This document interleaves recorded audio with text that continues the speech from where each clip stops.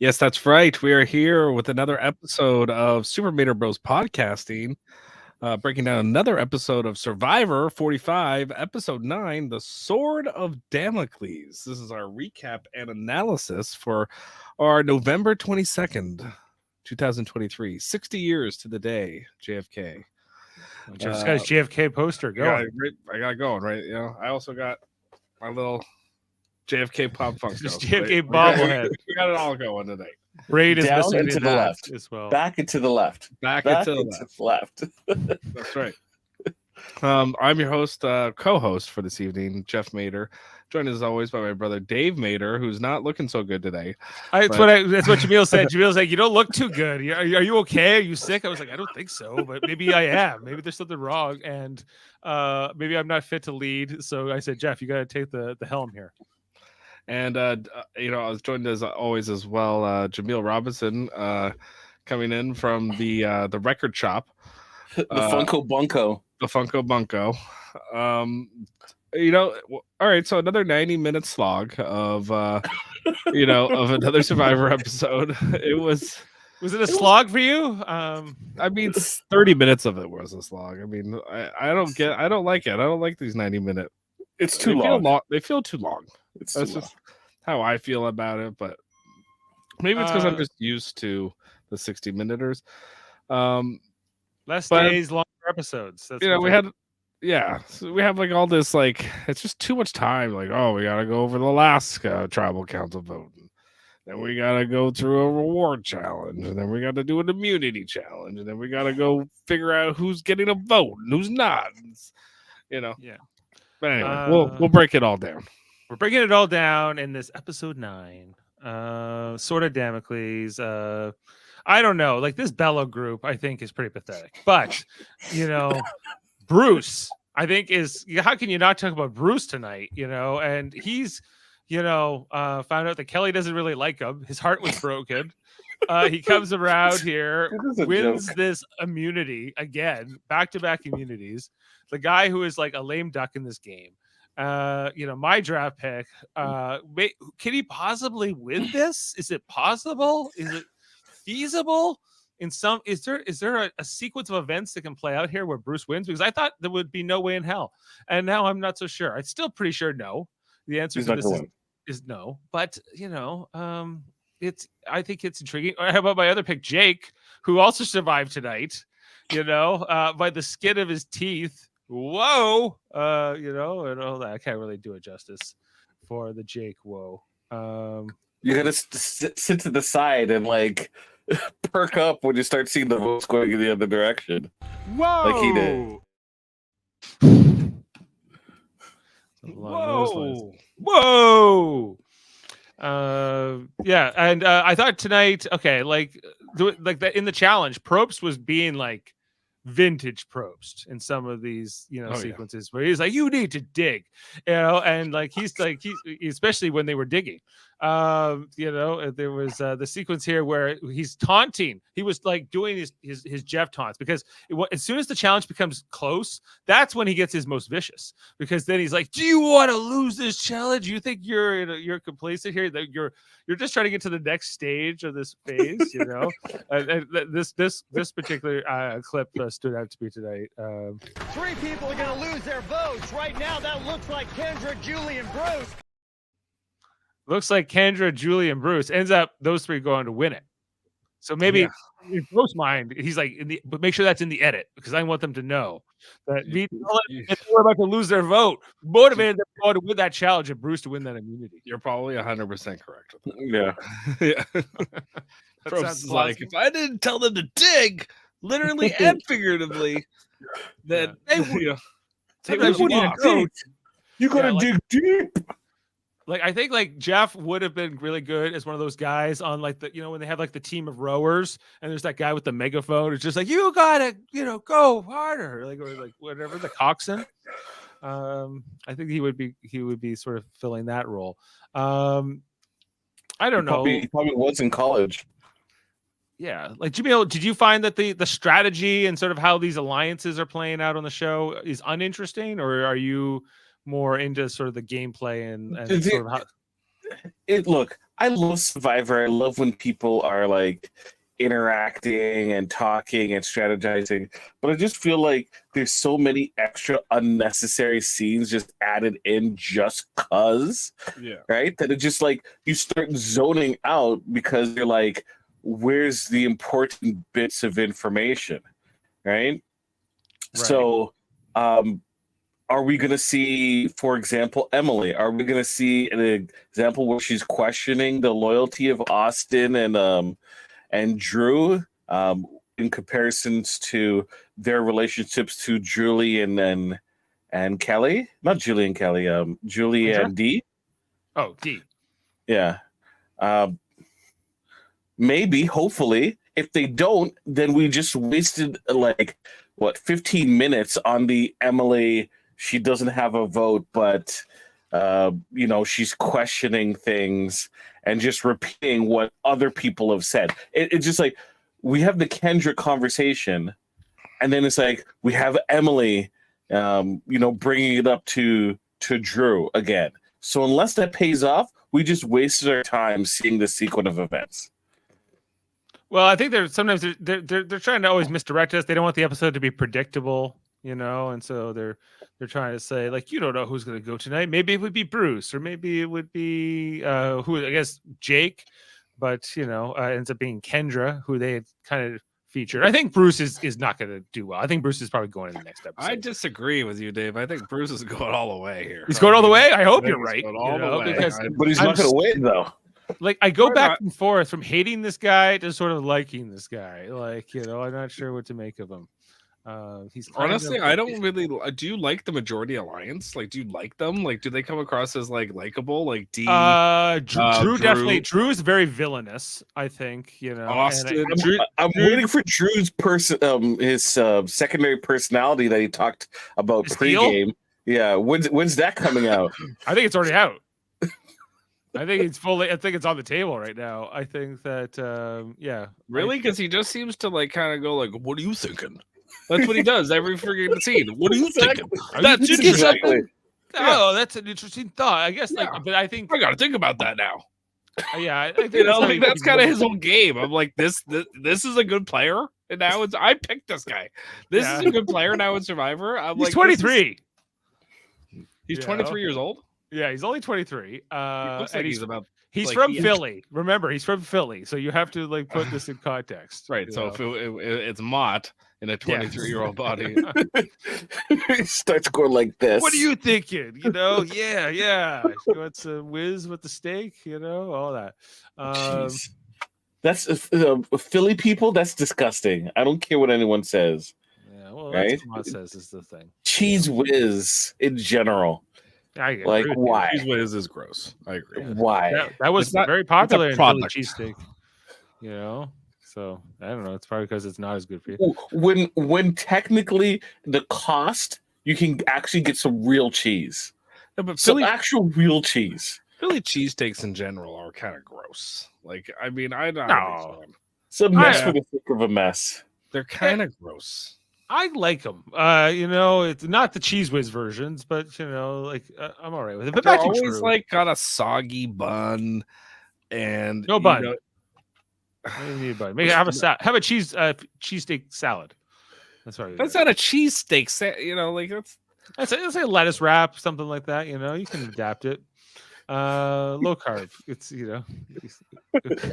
push it for it. Don't let Jeff push you around. It's like the soggy bun, but you don't even need that bun. I don't even like it, but it just in general, like even the steak, I'm always like, well, I'm not that impressed. I don't know. I'm just not a big fan of Philly cheesesteak or cheesesteak in general. Or Drew, who's from Philly. Drew just does. I just don't see him as a good player. The only player I feel like that's good on that team is Dee. The other three players kind of suck. You don't like Austin? No, I think he's a doofus. I think he's an NBA guy. My God. He solved that math thing tonight, Jeff. Which I didn't feel like it was that difficult. But I guess if you're under the gun, then Okay, just on that, like they kept saying like Emily's like, I can't believe I didn't get this clue. I was like, it doesn't, like, your ability. She's like, I'm an investment banker. I'm like, your ability to be an investment banker, I get it involves being able to do arithmetic, but it's okay that you can't solve like a math puzzle. Like, I don't think it's quite the same. I don't think it's in the same. I thought she was beating up on herself too much. Yes, I agree. Yeah, she took that a little personally. I honestly thought she was worried about the way potential like clients or people who would hire her would look at her because she couldn't solve this math problem. That's honestly how it came across.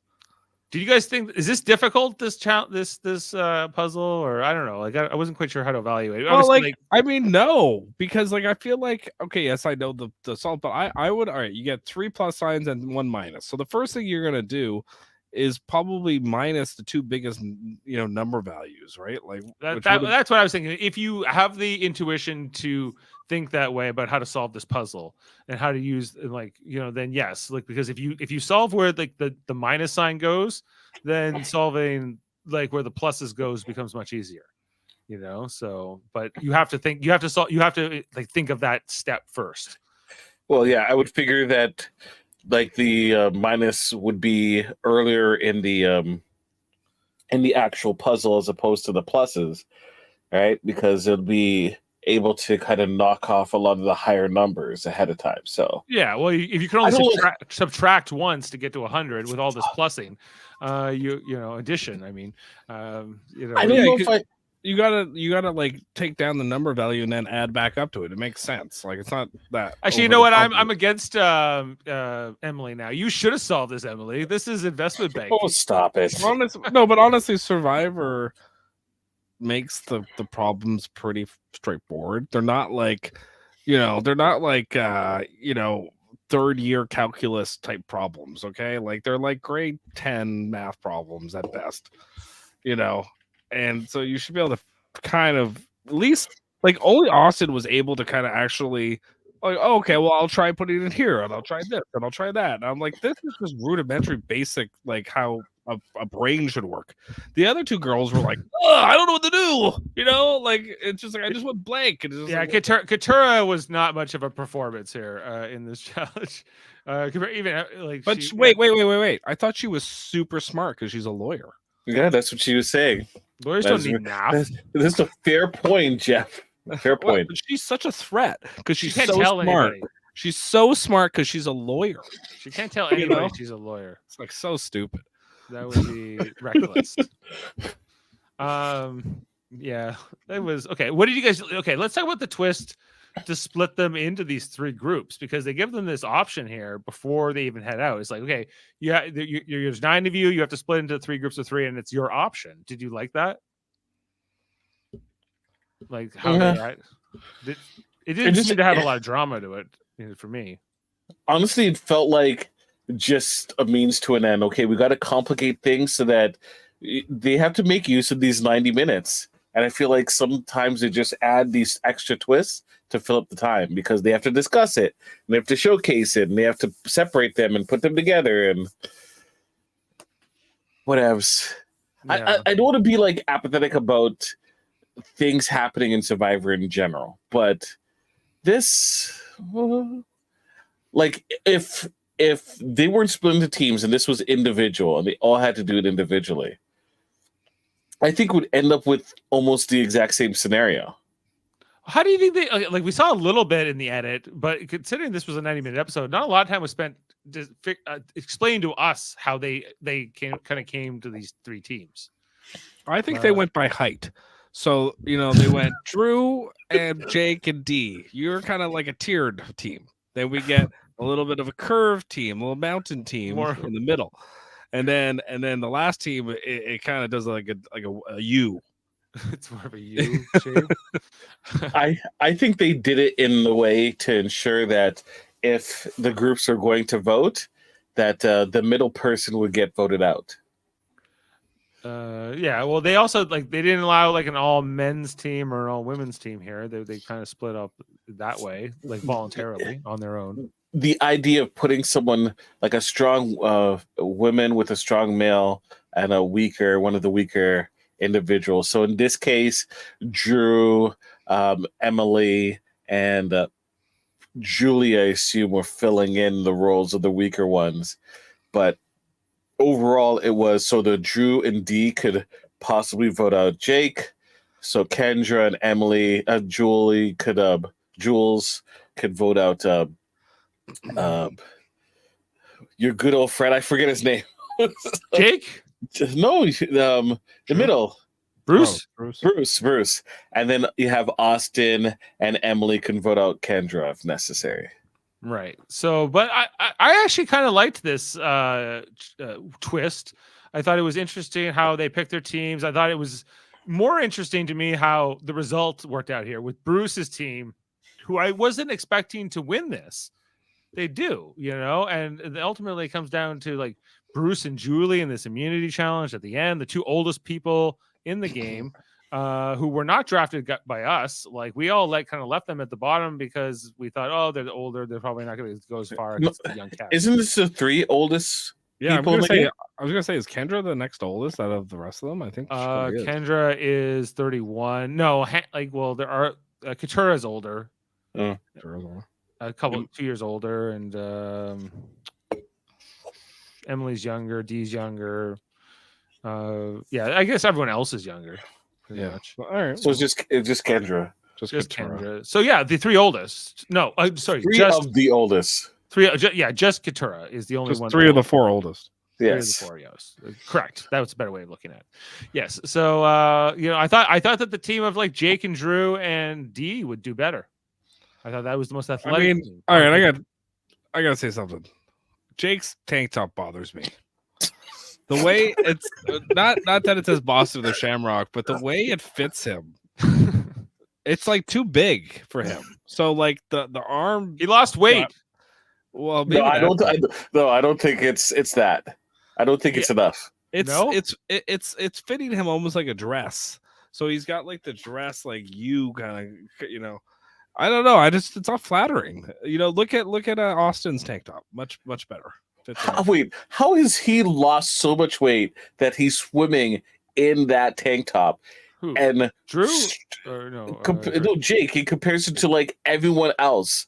And keep in mind, Emily technically should be the one that has eaten the least amount of everyone. I think Jake had that tank top from like way before when he was much heavier, and now he's lost weight, and they just kept the same tank top. So therefore, he brought an ill-fitting tank top. Correct. Maybe it has sentimental value. We have that. He wanted everyone to know he was from Boston in case nobody heard him open his mouth. So it was very mysterious where the man was from. We couldn't quite place his accent. Whoa! You've been boimed. Yeah, exactly. If you're from Boston or New York, you have to like always wear something that says where you're from. Yeah, you have like because we won't know. Californians never do. You never see people wear like a Dodger hat or anything. They don't care. No. So how'd you guys feel about the challenge itself? Did you like it? Like just the relay of it and like I thought it was pretty good. Like, as far as challenges go. It was a, rudimentary standard challenge. Yeah. Balance beams and holding. Nerds at the end was interesting. I thought the last part was really interesting, like that particular holding up the discs and some of the maneuvers that we got later on between especially with I think with Kendra, the way she held on at certain points in the challenge. She was doing some crazy maneuvers.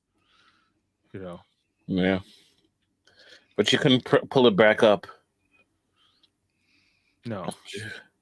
I was kind of hoping that more people would be playing this, just not the three. I thought they gave them razors, but they did not give them razors. Or maybe personal choice. Personal choice. Or maybe it's a personal choice, actually.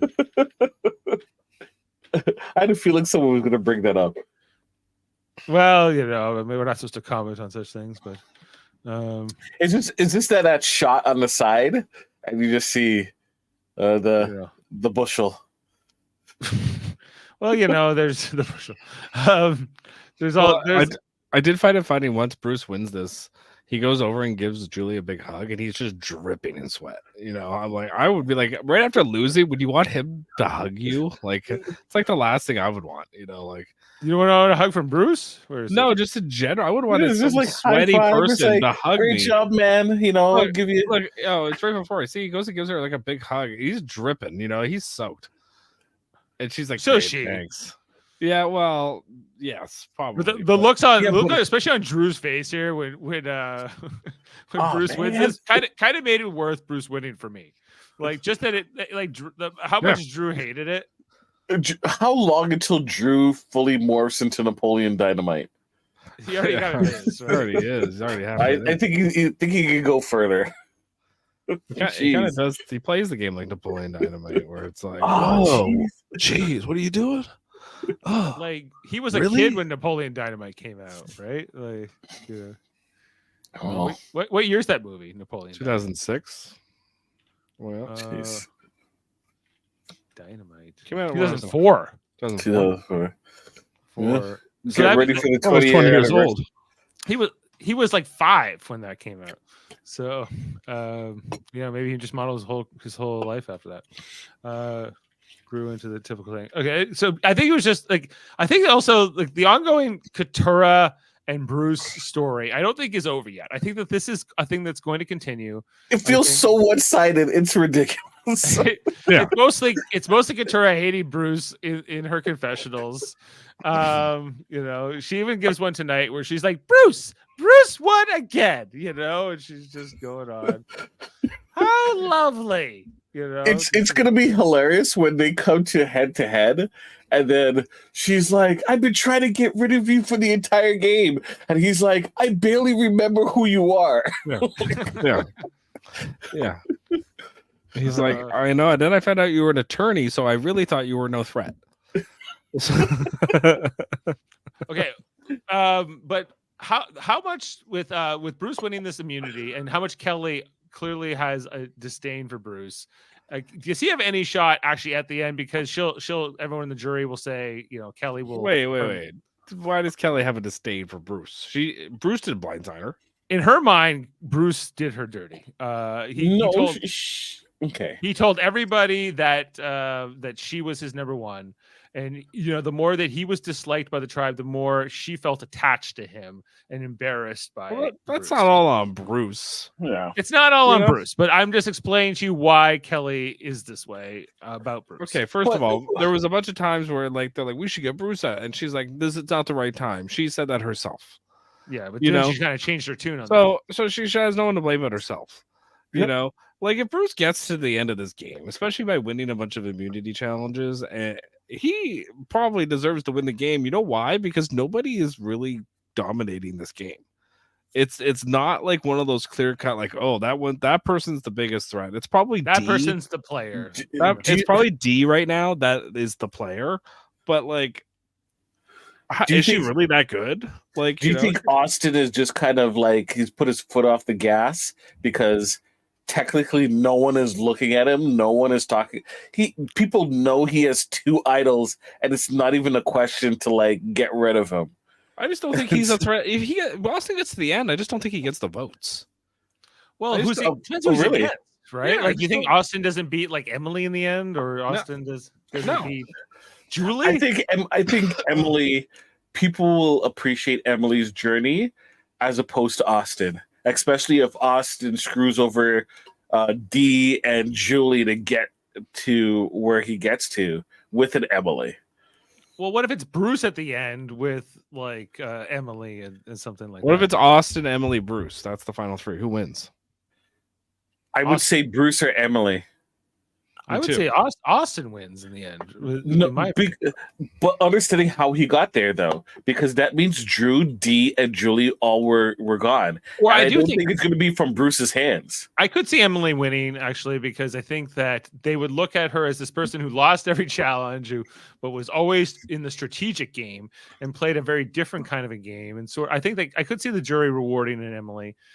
She's playing a game where I think Bruce, Austin wins final tribal, right?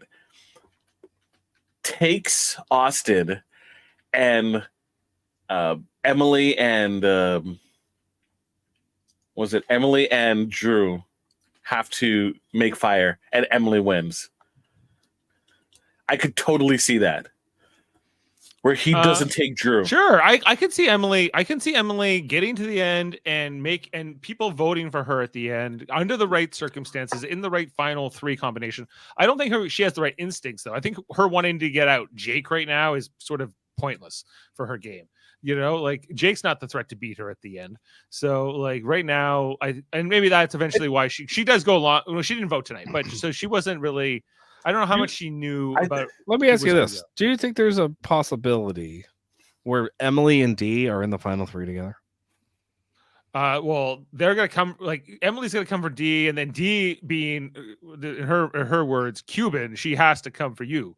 You know, there was a lot of talk tonight, guys, about coming for you. I'm like, they're coming for me, and I got to come for them. I'm like, this is not Big Brother. You don't get to put people up on the block. This is about rallying votes. So just in case, so it doesn't really matter if someone's coming for you in the sense that they're going to vote for you. That if they can't get the rest of the people to vote for you. Well, I do think Dee is she's alienating or isolating her alliance. Basically, she's dictating what her alliance does. And like players like Julie don't want to do that. Drew's questioning, like even like tonight he was questioning what to do. Austin, I think, is just like, I'm with Dee. You know, like that's kind of how he plays. Like that. It feels like that. Especially that's the glue of the alliance, too. What do you mean? Like Austin and Dee are the glue? Well, I think there's a few glues. Like, okay, I think Julie's at the bottom of that group. Yeah, I don't think there's any glue. It's kind of a 3. He's the president. Austin's the vice president. Drew is the sergeant at arms, and then Julie's the prospect. Drew is the president. Dee's the vice president. I think Austin's the sergeant at arms. Wait, you think that Drew's running that alliance? Yeah, Drew's running that trio. No, he's information officer. He's information officer. He's secretary. Yeah. He's the Bobby Elvis of this team. Sort of. Yes. Okay. And all right, but it's pretty clear. Look at the vote tonight. Like Dee got who she wanted to get. I have to push back a little bit on that because you ultimately see here that Dee wanted Jake out, right? No, she didn't. Like, she wanted Kendra out because Kendra voted, said she was coming for her, right? True. And so if someone's coming after her, she has to come hard. No, I was remembering that wrong. That was like the Mandela effect. Julie wanted to get out Jake because Jake voted for Julie and tried to blindside her. But Julie, who did Julie vote for here? Ultimately, Kendra, right? She probably voted for Kendra. Yeah, everyone voted for Kendra. So what does that say about? Can Julie win? Like here at the end, like how do we feel about Julie's game? Because ultimately, the only way Julie wins is the Tina, game where it's like, oh my god, the old lady got to the end and everybody likes her, and you know what I mean. She was second place in all those challenges, and I think that Julie is sort of like this person I can see getting to the end, giving a good speech. I think she's been impressive in some of these immunity challenges in the recent episodes. I think she is sort of an interesting person potentially as an underdog character to win this season. She's the fifth last boot. But on the other hand, yeah, I can kind of agree with you there that I think that she has no agency. She clearly is at the bottom of the Reba alliance and she knows it, but she doesn't want to work with like Bruce and Kendra. She ends up going on that little thing to eat the chicken tonight. Guys, by the way, okay, the sanctuary, it's kind of lame. Even as much as Jeff tries to sell it, it's where good things happen, Dave. Yeah, hold on, I got the clip. Go to the sanctuary where good things happen and enjoy an afternoon of rotisserie chicken. Bruce looks so unimpressed by this. My favorite part was Jake there. He does the little yeah. And then they rotisserie chicken. Okay, but when they get there, they basically let these 3 people eat this rotisserie chicken with their hands, like basically on the floor. Like this is not a great like. This is barely a rotisserie chicken. Look how they should each get their own chicken. Yeah. Okay. Like it's. I think that this was a little lame for a reward where they went through a lot here. Actually, I thought this was. Yeah. So that's that. They basically get a third of a chicken each. Yeah. Basically. and they get no like just they have to just tear it apart with their hands. And I'm sure it was good, but like, is it enough? How much is Kendra eating though? She's like the vegetarian. Oh yeah. So yeah, this is the greatest more. reward to go on We with saw- her. Yeah, I think it did give her sort of like some kind of, I don't know, it affected her mental state is how I'm going to say. Look, if she hasn't eaten meat in such a long time and she ate that left out on a counter, banana leaf. she's probably having the massive runs right after that night. So no maybe doubt. they voted her out for that reason. Like she's gonna have the runs like you won't believe. We gotta get her out of here. As a vegetarian, she should not. Like, you should eat. Look, I'm sorry, vegetarians. I understand it might be a choice in that matter, but the amount of rewards that don't take vegetarians into consideration means you should not have your first bit of flesh on the island. You should work yourself up, understand that you're taking a break to make sure that your body can actually handle that sustenance. No, but it's like they actually should respect the fact that she's a vegetarian. They should just give her like a bunch of rice or some sort of something else. It's kind of stupid. So she's there boiling rice, and they're just eating, going to town on this. They could have gave her some tempeh or something, or something. Was she eating egg? No, she's vegetarian. No, she's vegetarian. Vegetarians eat eggs. Vegans don't. No, I don't think that's a thing. Yes, that's a thing. Vegetarians are different than vegans. Vegetarians will eat like cheese and eggs. Vegetarians just don't eat meat. I understand cheese, but eggs? Isn't eggs like because anything come from animal? So a vegetarian will eat some things that come from animals, like eggs and cheese. No, I understand that. A vegan will be absolutely no animal products, including. But eggs are not like milk, or it's not the same thing as like. Well, in their mind, it is. It's an animal product. It comes from farmed animals. Do you want me to ask a group of vegetarians this question and find out? Yeah. I'm not making this up. This is well documented. I bet you some vegetarians eat it and some don't eat eggs. There's possibly some vegetarians who don't like eggs. Like, I'm not telling you there can't be, but but they wouldn't not eat an egg out of principle. I think some would. That's my argument. Maybe so. I'm just telling you the traditional definitions of vegetarian and vegans is what I've laid out here.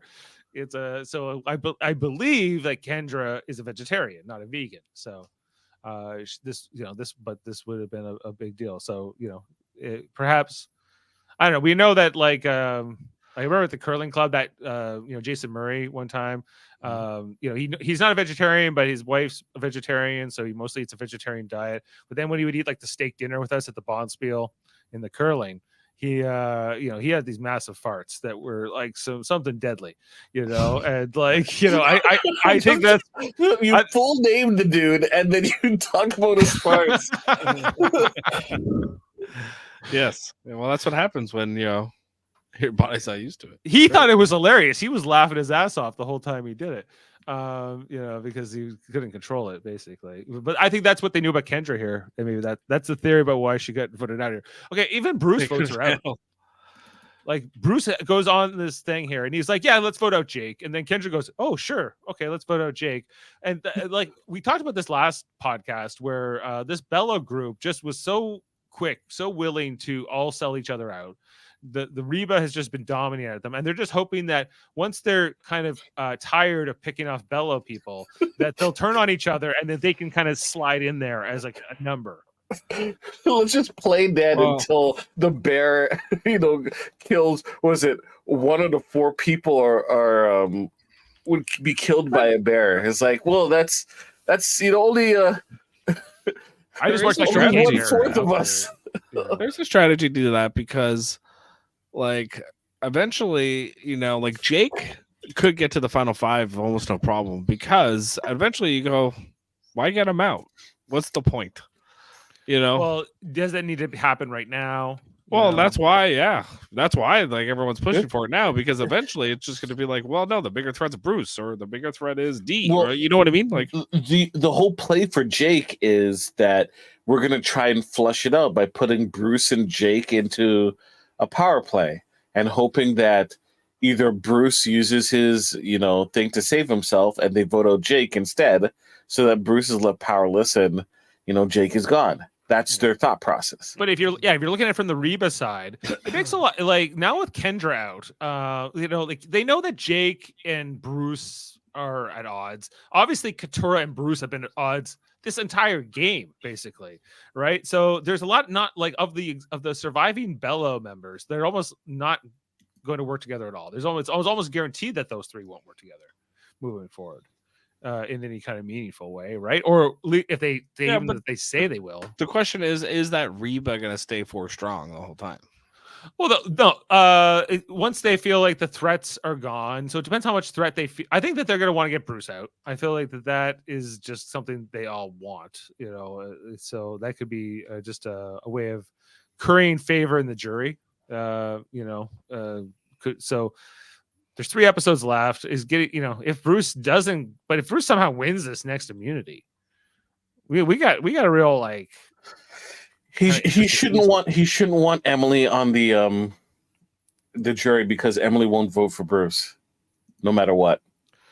Kelly won't vote for Bruce no matter what. Or do we know that for sure? I would put all of the money on that. Yeah, like I would roll a hard 6. Just why do they hate Bruce so much? Is he really that bad of a guy? Like, really? I don't think they hate Bruce. I think they're annoyed by him. Kelly didn't hate Bruce. Kelly hated how Bruce was not socially aware and that he would constantly embarrass her. That's it. She didn't dislike the man or his person, kind of his personality, but didn't dislike the man that much. She said in a confessional, "I can't stand the player, but I love the human." Literally said that. Yeah. Right. But now, okay. So maybe she would vote for Bruce at the end. I don't know. Because does she vote for the player or for the human? For the person. If she's out of the game, she'll vote for the human. It always happens. Emily got on the show with the distinct feeling that Gabler shouldn't have won. You think that she's gonna let Bruce win? No. This was the exact quote from her. Well, I don't know if it's how much. I guess it depends how much influence you think Emily has, right? Like if and when she goes to jury. I think she would vote independently. She does not care what. Okay, if that's only one vote. Game. If she's out of the game, she's voting herself. There's 7 votes, so every vote will matter. Do you think Caleb's going to vote for Bruce? Will Caleb vote for Bruce? Not very likely, but not impossible. I think I could see if Bruce is. I think if D is there, Austin votes for Caleb votes for either of those 2 over Bruce. Well, it's like Bruce and Katura and Julie. What's that final 3? Oh, jeez. Bruce. Is that like the worst timeline? The bleakest. Bruce and Julie. I think Bruce and Julie get first and second in that.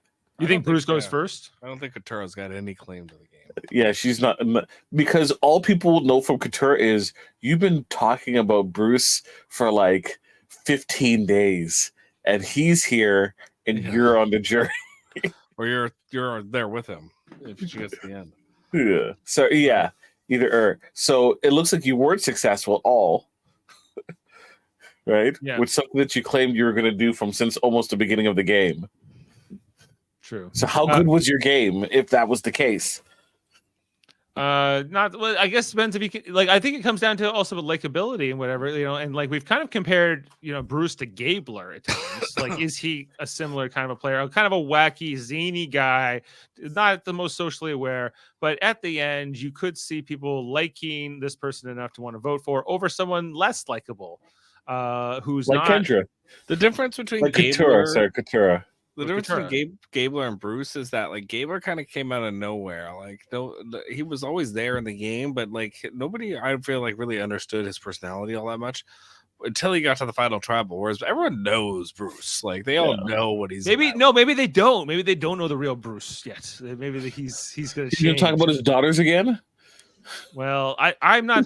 From what I'm seeing, maybe there's less to Bruce than we thought. Okay, that's a good segue because I wanted to talk about this segment we got tonight where it was like Bruce is like we got his little package where they give us this the montage with the photos and whatever. His was kind of the weirdest one for me ever, because he was like, what, I've always been a survivor. I've had to do things in life and fight hard, I guess, and then it kind of ends and that's it. Like, am I wrong? He was adopted, so adopted. Okay, but yeah, he was adopted. Lots of people are adopted. Like, I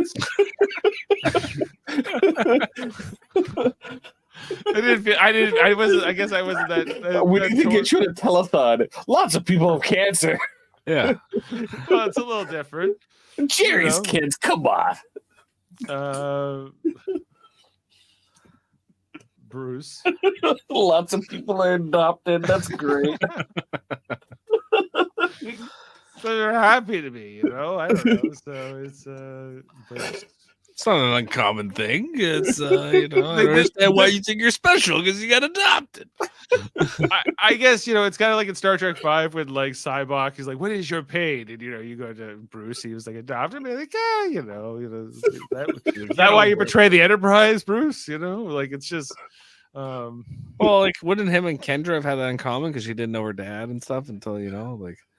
They kind of have that, in a sense, it's a similar pain, perhaps. Like I guess what's personal to you, I thought he might talk about being in the Navy SEALs and doing all these other things. Nope, like he doesn't care about that stuff. That largely has not been talked about. Which I kind of respected that he did. You know what? I kind of respect that he didn't go all about that. Because he doesn't fit that archetype.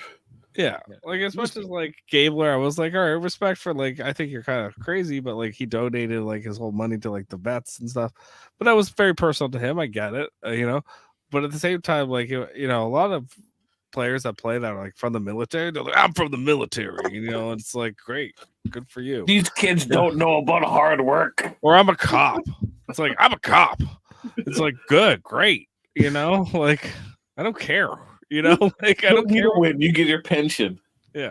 But some people are like, like that's their whole. I don't know. I feel like that was more in the old casting kind of things, especially not even that long ago. Even like I feel like they're trying to move away from just like I'm this or I'm that. You're kind of trying to present people as being more than one thing. Well, I think I'm smart. I'm a lawyer. Well, yeah. What matters is your personality on these shows. Always has. Going back to season 1.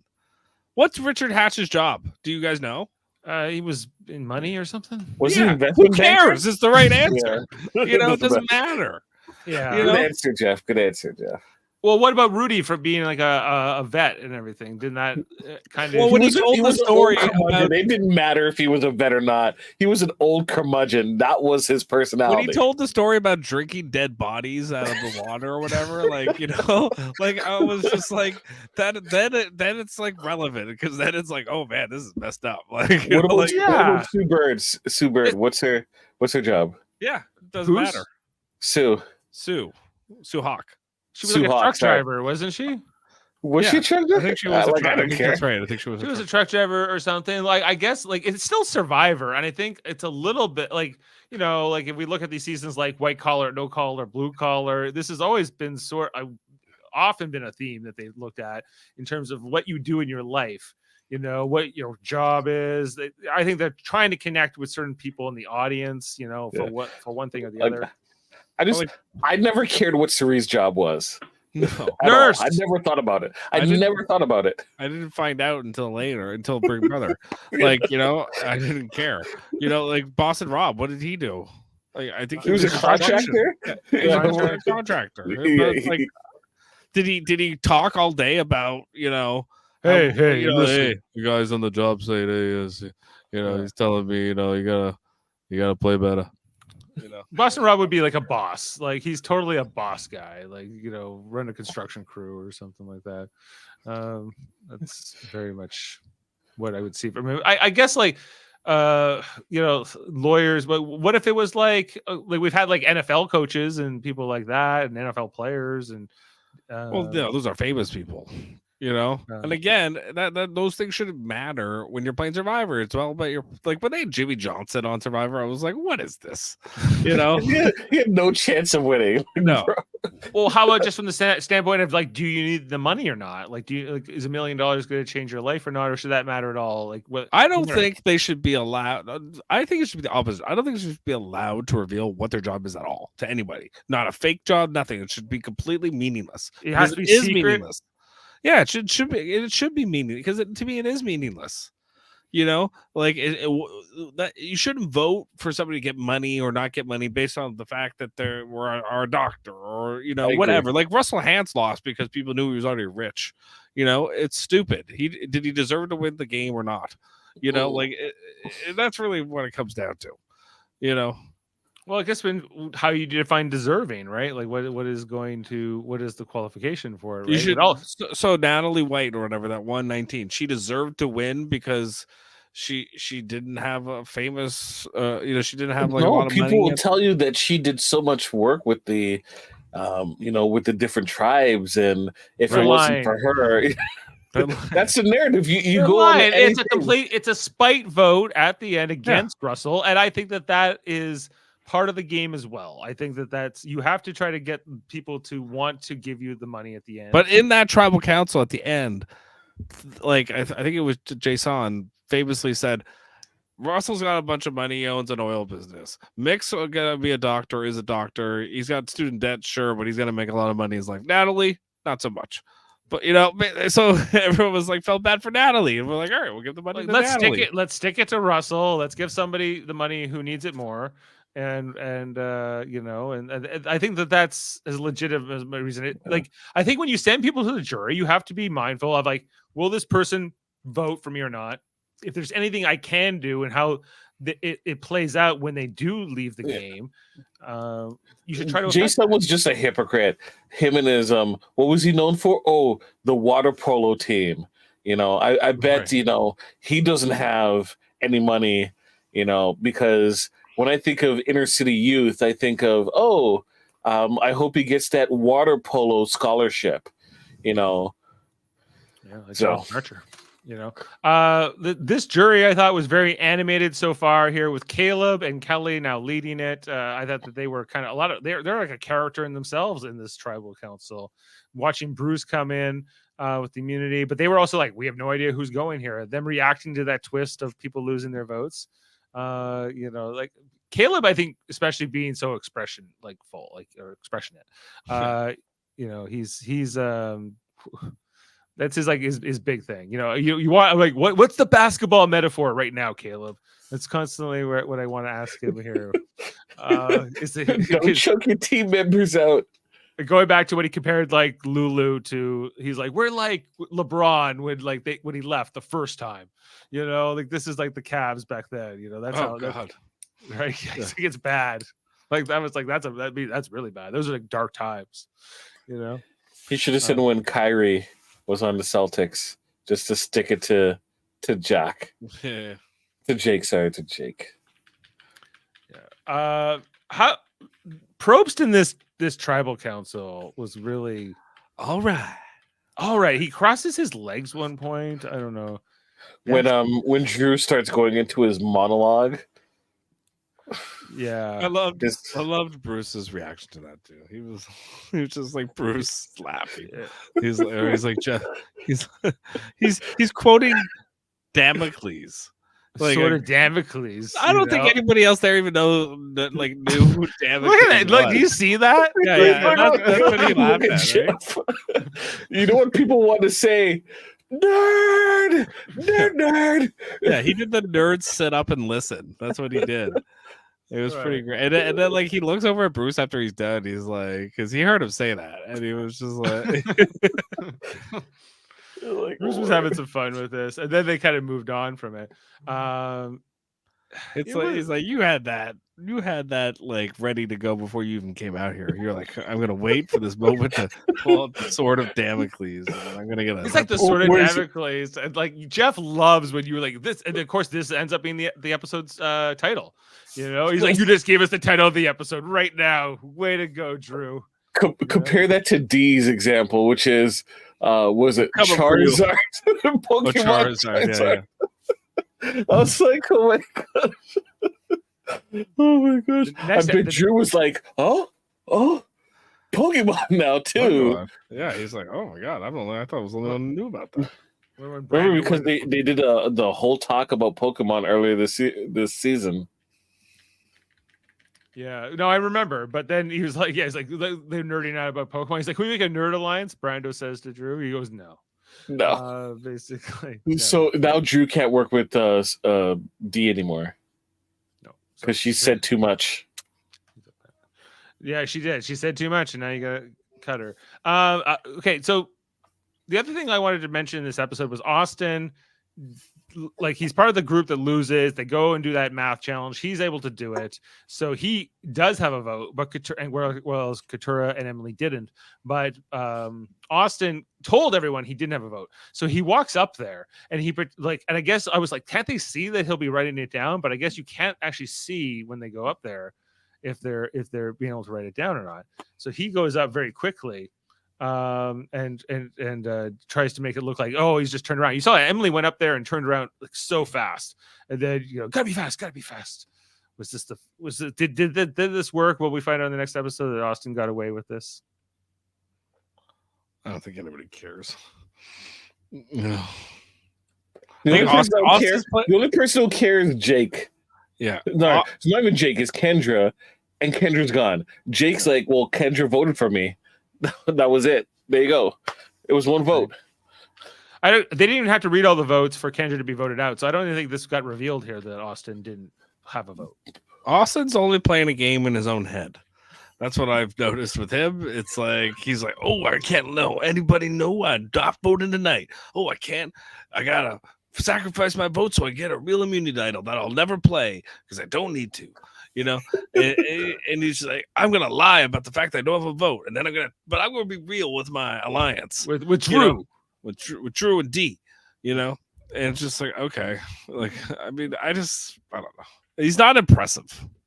I think that they're not maybe not impressive, but I think that they're methodical and they're sort of effective. It's effective. I'll agree, it's effective. It's working, but it's not entertaining. It's not that he's not reinventing the wheel. Yeah. He's not.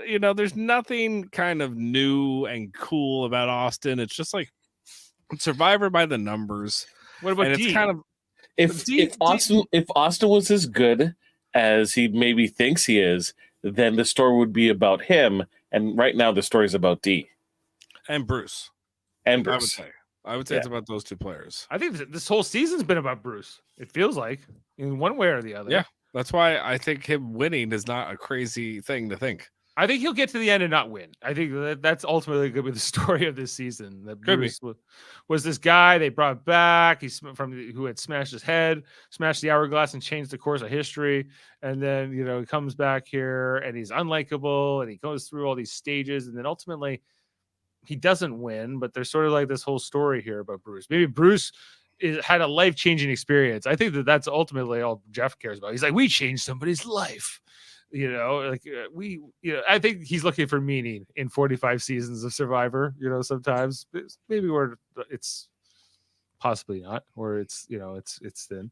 So, guys, let's talk about Kendra a little bit and her going out here. Did you feel bad for her? No. No. I did not. Actually, it was kind of the opposite. I was just like, all right, see you later.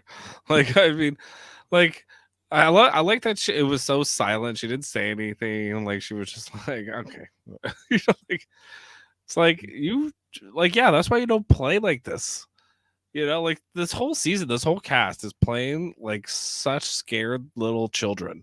Mm-hmm. And nobody really is trying anything innovative. Like, it's just very like, all right, I guess I'll just wait my turn. Hope it goes my way. Like, that's how they're playing. It's really, Carolyn Light. I don't miss her. You don't miss her. We'll miss Kendra. Carolyn Light. Carolyn Light. Yeah, she's no Carolyn. She's definitely no Carolyn. I feel she was casted to kind of fill that role, and she's not. Yeah, I don't think they're gonna find it. I want to her for a while.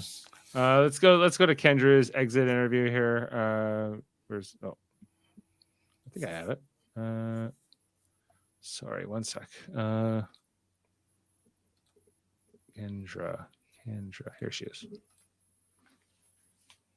5, 4, 3, processing, 2, 1.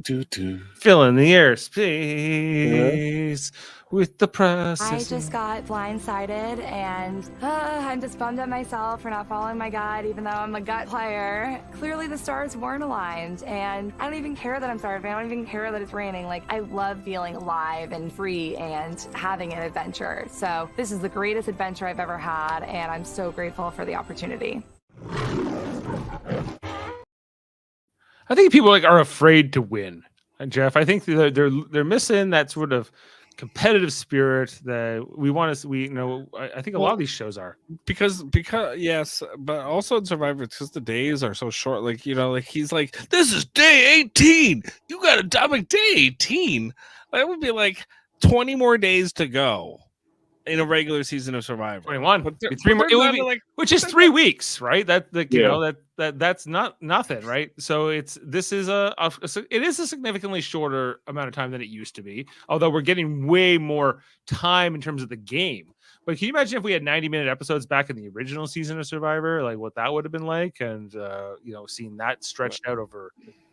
I don't know. It's another 14 days, a lot of right? nonsense, because a lot of the time they just laid around and did nothing. So Well, and they know that, right? Like that. So maybe from experience, they know that those extra 2 weeks aren't really necessary to make the game better. Is it more about the people, or more about the structure of the game, the structure of the tribes, etc.? What challenges, what twists they throw at any given time, or does it ultimately just come down to the cast? I think it's a bit of both. Yep. It's a bit of both. Column A, a little from column B. It's the casting that they're casting now, but it's also like the format of the game with the new cast, that everybody loves each other, and nobody wants to come across as a bad guy anymore, and nobody relishes being a villain anymore on these shows. Not. They definitely avoid it. They actively avoid that's the problem, because that's good narrative storytelling. Is you do need a little bit of, and sometimes there's anti-heroes, like people that you want to dislike, but you're like, oh man, they're so good at this that you kind of like them. Like Russell Hanson's anti-hero, like Russell or Richard Hatch, or there's certain players that filled that role and were very good at it. Parvati was like that, and every one of these players that comes out of these games go, I want to play like Parvati. It's like, no, you don't, because you don't actually want to play like that. Yeah. Would Parvati play like Parvati now? The only player that's playing like Parvati this season is Emily. It's the only not player. The flirty part of Parvati. But the cutthroat part, yes. The cutthroat part, understanding her position in the game, always trying to improve upon it. That's it. As opposed to, I'm going to be totally fine. I got my girls. There was talks about an all-girls alliance just like an episode and a half ago. Never going to happen, because there's always somebody who won't go for it. There's always one of the women. And it was Emily. Emily was one of the individuals. Emily was that person. Emily's like, no, I don't want to do that. That doesn't behoove me. Because I think every woman knows in an all women's alliance scenario, there's one woman who would be on the bottom of that alliance, and usually that woman already knows who she is. And that would be Emily. And that would be Emily. And she smartly said, no, I'm not doing that. And I think, that's why I think most of the time the woman who's at the bottom of that alliance is smart enough to know that they're at the bottom of that alliance and not to do it. They're painfully aware of their position amongst the other women. Correct. I think that's my working theory at the moment. Yeah. Whereas I don't know, all guys alliances, you don't see them as often, but anymore. But when they do, not in Survivor, it happens a lot in Big Brother. Happens a lot, yeah. At least for a while in Big Brother. Big Brother Canada, maybe the Pretty Boys being the most notable version of that. Who had their girlfriends until they didn't. Guys, just quickly to update the draft. Now that we are down to the final. 1, 2, 3, 4, 5, 6, 7, 8. Right, we're down to the final 8. Look at the bottom list. Bottom 3. The bottom Julie 3 are and all still in Bruce. this game. We got Bruce, Emily, and Julie. Like it's basically people drafted at the bottom and in the middle are still in this game. Jake at 3rd overall is my pick, but I don't know. Does Jake what is Jake going to win this game? Like, are you guys? Is anyone rooting for Jake to win this game? No. Boston. Only Boston. Yeah, he's working wicked hard out there. Yeah, all the guys in the bar. All the guys, Yeah. like Jake, like I'm not going to win with Jake, am I? Like I'm more likely to win with Bruce. I think you're more likely with Bruce. Yeah, I keep going. Like weeks ago, I was like, I'll never win with Bruce. I can only win with Jake, and now I've gone full circle, and I've gone fully over to the Bruce now for this episode at least. But let's even look back. What's something from Brando do you remember that was like really intricate to this game? Nothing. Jaemeel, right? Sometimes I look at the season as like Sean. Like a sculpture where they said like Michelangelo's like, sometimes I would just take away the parts of the marble that didn't belong there and you get left with the statue. I feel like that's sometimes like we got to lose the Brandos, we got to lose the Brandons, for that matter, the Kendras, these players that are kind of boring and like ultimately we're still in the season. I can't even remember like an important part. Like in this most recent season of Big Brother, there was that guy, Hisam, right? Like the fact that we lost him so early, I think was a disappointing thing because I think he would have been an interesting player to keep around, but they voted him out, right? So even if you do play competitive and sort of like way more, but you could still remember him. Yeah, but like even he was more willing to play like a villain, but they just voted him out right as soon as they could. Basically. I'm just saying, if anyone if in a week or two. Like 3 weeks, you name who was the 4th person voted out. I would have no clue. I would be like, I don't know. I would give you a random name. Remember I was like Brando.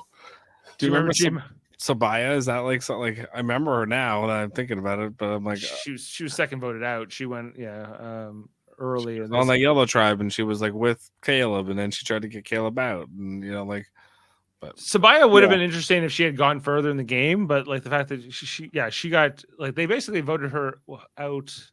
Didn't Emily facilitate that? Yeah, right.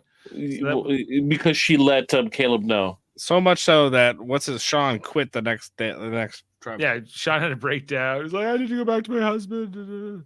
Yeah, so but okay, like Julie, I think is always the interesting part of this draft because she gets overlooked all the way to the end, and I think I think she deserves a little bit more credit than that. She's obviously was overlooked here. I think that she's a better pick than Hannah, of course, and some other people.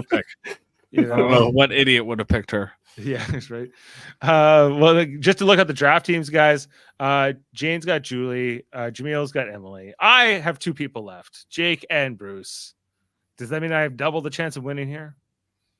I don't know. Interestingly, Jake and Bruce have been together this entire time. Like, and Bruce has had safety, as Caleb tells us tonight, for like 16 or 17 days they've been out there or whatever. Who else is out? Jen's out. Daryl's out. Amanda has Katura left. Sean has D left. Sean, who won our Big Brother draft. Foster now loses Kendra, has Austin left, and Jeff has Drew. Who do you want to win, Jaemeel? Like other than Emily, obviously. Emily, okay, but if not Emily, who do you want to win? I want Bruce to win. That would be a lot of lulls. You know what? I wouldn't mind if D wins. You'd be okay with D winning? I think if D puts together like this run where she kind of takes control of this game, and we see some interesting gameplay, a good speech, she wins a comp or two. I would D, yeah, absolutely. D could be an interesting winner. I think we would go back. Okay, I remember D and she did this and that, and she used Drew and Austin as sort of her henchmen.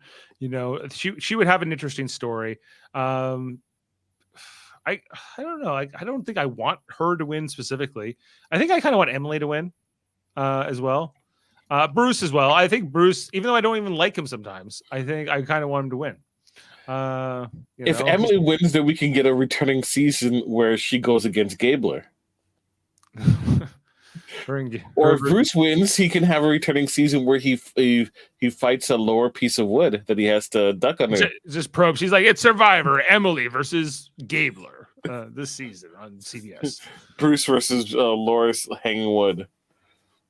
Yeah. Okay, let's look ahead to the next episode, guys. Here's the preview of next time here on Survivor. If we take the shot, we cannot miss. Once the Reba 4 is broken up, this will turn the game on its head. Next time on Survivor. This is such a sick, twisted, delicious, enjoyable, terrifying game. Find me. Sucks hearing your name. You are not a gift from God. Relax. Conversation's done. He thinks he's the big Boston mobster. Dude, you're a goon. Big Boston mobster, Drew is calling him. He's like, no, you're a goon. Why does it always look like Dee and Austin are like in an Instagram couples photo shoot? Yes. Like, whenever they're on screen, like they're always like they're secretly in love with each other. Well, they might be. I won't be surprised if like that's a thing at the end of the season. At the end of the season, I know you didn't win, but I think you have news for us. And it's like, oh, me and Austin, we've been dating, and then we'd like to, announce our engagement or something like that. Right. We're gonna be like Boston Rob and Amber. We're gonna have 4 kids and check us on the Insta. Yeah, check us on the Insta. Okay, interesting. So it looks like they're looking to break up the Reba group. That's kind of what's sold here. We see Jake and Drew. Which I thought was, I don't know where that's going to go. Does that just mean what else would we see in that preview, guys? That stood out to you? Is that it? I was so taken. I mean, Drew and Jake don't like each other. That's a big surprise. I mean, yeah, could it be more different? I mean, really? The Philly guy and the Boston lawyer. What is not that his profession matters, but Drew is what? I bet you computers. Engineer. Yeah, computers of some sort. Computers. Like, is that stereotypical? How do we know he's not a construction worker, guys? Oh yeah, he's an engineer of some sort. I bet. Is he like a rocket scientist? Hold on. No, he isn't. IT. Computers. That's my answer. It's some version. He works on a computer. He's a graduate student of what? Computers. He's a graduate student in Philly. I wonder if he goes to school with Mott's son, who, by the way, Mott's son grew a baby goat in like a artificial embryo. Oh my god! It's gonna be used as like proof of concept for cloning. Like, science fiction's here, guys. So we're doomed. So this Drew guy is adjacent to that. Like how we're doing cloning, like super geniuses, like super babies. Jeez, we're doing cloning and AI at the same time. What could go wrong? We get Skynet going. Drew had the first confessional of this season, guys. What does that mean? Does it mean wins? No, first confessional. He's doomed. His pet peeve is the "oh my god" autocorrect. That's a weird pet peeve. Grad student. He worked at a call center during the pandemic. He likes playing Scrabble, writing, and trivia. Lord. He says he's an open book, but he doesn't. I don't even know. I don't even understand what this guy studies at all. It's just he's a grad student. He might be a scientist. It's unclear. It's ambiguous. It's he's lying. He's an actual lawyer. You think he could be anything? Like, a grad student is very generic of an answer. So I guess he's not like a in law school or in medical school, presumably. Mm. Anyway, so well, I'll segue on that. What else is there to say? The next episode, guys, called "How Am I the Mobster?" I guess that's going to be Jake saying that. How am I the mobster? I'm the goon. No, I'm not that either. I'm the mob boss. You've been boimed. You've just been boimed. The boy. Whoa! Oh, Okay. Well, thanks for being with us tonight, guys, here on the Super Mario Brothers podcast to watch this episode of Survivor episode 9 of 45. You know we covered Big Brother this season, Jaemeel and I and Jeff, and it seems like it was a fog there, but we covered all the episodes, or most of the episodes, actually, not all of them. That's false advertising. But you can go back and listen to our podcast there, Big Brother Canada. We also have the Mary Mater Marvel Society, which just recently talked about Loki and the Marvels movie. Jeff, have you gone to see that yet? No, neither have I seen. Or I Loki? heard the Marvels movie's bombing. It's bombing, yeah. yes, it is fun, but also bombing. Yes. I thought People it was are tired of Marvel movies. That's what that tells me. They're just done. I don't think so. This No? particular one I thought was Jerry nothing. It was just kind of blah, so it wasn't I even think it was bad. Perfect storm where it's one of the few that didn't have star power to actually advertise the movie. Well, if you want Didn't have Brie Larson in it? Isn't she a big star? No, none of them could advertise the movie. Usually leading up to it, they've done Reunion? Yeah, I'm because sure that might have been a contributing factor, but I don't think you can lead. when you have people who are like, "Oh, there's the Marvels coming out," I didn't know. Right. Yeah. So Right. they couldn't do the normal publicity buildup, but Yeah. even so, I think that like what I think There's with a whole- the normal publicity thing, it could have easily made 80 million in this first weekend and then still drop like a stone. there's still there's a whole podcast you can go listen to. Me and Jaemeel and Davan and Eamon talk all about that here on our channel. You can also check out our other Federation channels like Trivial Debates, which might have an episode about Transformers soon. We don't know. But Supposedly on the 30th, supposedly. check out Eamon's podcast, the music podcast called Eamon on Track, where he reviews music albums. Most recently, he talked about the Thunder album by SMV with Davan Skelhorn, and soon he'll be talking about 9 Inch Nails. What is it called? Pretty Hate Machine on there with Kevin Millard. So look out for that in the near future. The X-Rated podcast with Davan and André talking X-Men and X-Men the animated series. They had an interviewer on there tonight with a special writer, script writer from I X-Men. believe so. Yeah. I can't remember what his name is, but Robert N. Skier. I'm sorry. Yeah. So look out for that. Graphic Histories podcast, where they'll be interviewing people from the Star Trek comic books, which we just had on recently on Live Long and podcast. So we did some interviews there with the Star Trek writers of the Halloween, which was like a comic book series that was Halloween themed. Also, I just got my autobiography of Benjamin Sisko. And hopefully we're going to have on Derek Tyler Attico, the writer of that book, the Ghostwriter, because it says it's written by Jake Sisko. But I don't think he really wrote it. Did you get Andrew Robinson's book, the Garrick book? No, I didn't get that book yet, but I got the autobiography of Benjamin Sisko. Since the writer has been on the channel, if Andrew Robinson comes on the channel, I will definitely buy his book. So. And what else, guys? KBBL. No, Davan would not when you want to talk about. Oh, hold up. Movie podcast with Davan and André every second Wednesday. Talk about movies in a theme. And the Hellbound podcast, Alex and Michael talking horror. Okay. Horror. The horror. Well, we can get out of here, right? Yeah. We can. Okay. We'll see you next time, guys. Next time.